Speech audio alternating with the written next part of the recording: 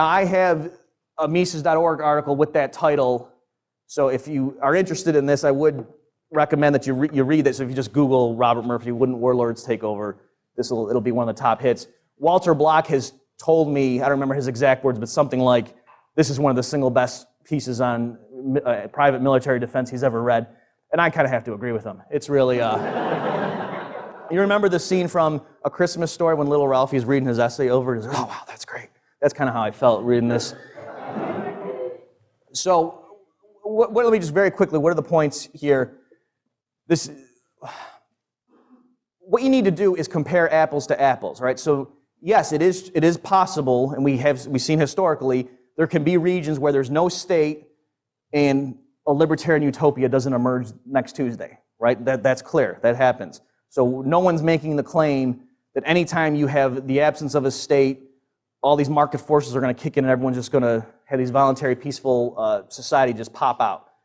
But the point is usually where we see this happen is a region that used to have a government that descended into civil war. And that's why it's the mess it is now. So it's not that the people had a government and then they were all reading Rothbard and said, oh my gosh, and then their government just dissolved away. That's not what happened. They were all still statists, and they started trying to kill each other because they wanted to seize control of the government, and then no one group was strong enough and the government fell, and now they're all fighting each other. Okay, so that is hardly an argument against anarcho-capitalism, and moreover, you could just easily cite that and say, well, that's why you can't have a government or a state, because look, sometimes it descends into civil war, right? So it's interesting that these alleged case studies in Rothbardism are actually cases of failed states. So you just say, well, that's what happens when you try to set up a government. If the balance of power shifts, it might devolve into civil war. So what the claim is that take any group of people, whatever their level of peacefulness and their ability to to compromise and to not use violence and so forth to settle disputes, and we're saying it's less likely that there's going to be warfare if you disperse the power, that you're more likely to see aggression and so forth if you give one group all the guns or most of the guns and the authority to tell everyone else what to do, and then there's this ideological background where everyone else thinks, yep, these people are in charge, and they can take as much of our money as they want, and they have a monopoly on these things, that actually is a recipe for disaster. And so, again, it doesn't matter what your view of human nature is, whether you think people are angels or whether you think they're devils.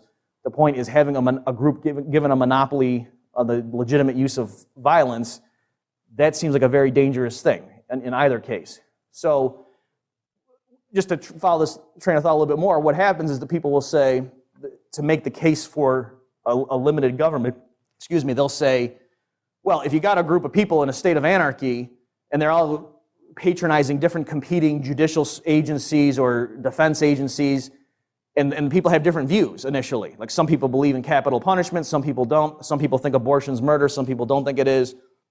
Some people, think that if you violate certain religious laws, you should get your hand chopped off. Other people think that's crazy.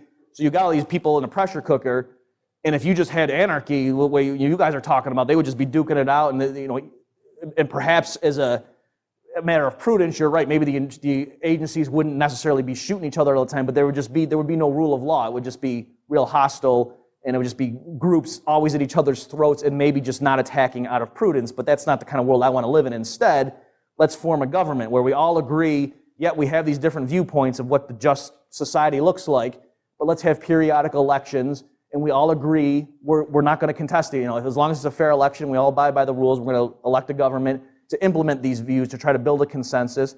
And if people don't like it, they can elect somebody else the next cycle, okay? So, but we're going to not use violence to settle these disputes, and that's the role, that's why we have a limited state, and that's the argument. So what I'm going to say is, if you have a society that's capable of doing that, and for one thing, no state ever actually emerged in that nice, peaceful, voluntary fashion, but if it did, I'm saying that population that's so virtuous enough to be able to do that, why, when they're in a state of anarcho-capitalism, why would they be patronizing defense agencies that were shooting each other up? If you're willing to say, yeah, I realize I have fundamentally different views from you, you think abortion's fine, I think it's murder, but I'm not going to physically attack you, let's vote and try to settle it at the ballot box. If you're that reasonable of a person, why then wouldn't you also say, okay, I see we have legitimate differences, so I'm not going to I'm not going to pay money to a private security agency that goes and tackles you when you go into an abortion clinic, because I recognize that even though I think you're wrong, I understand you don't think that that's murder, and so I'm not going to patronize a defense agency that's just going to just be real provocative, and I can see that that's not good in the long run if we're having our agencies fight each other over this issue. Okay, so the point is, you can say, oh, that's not realistic, but then why can we settle at the ballot box? So my point is just a society that can compromise and settle things peacefully, even though there's legitimate and serious disagreement on really important issues, through the ballot box. Why couldn't they do that much more effectively through the market, where there's not all the other problems that go along with government democracy?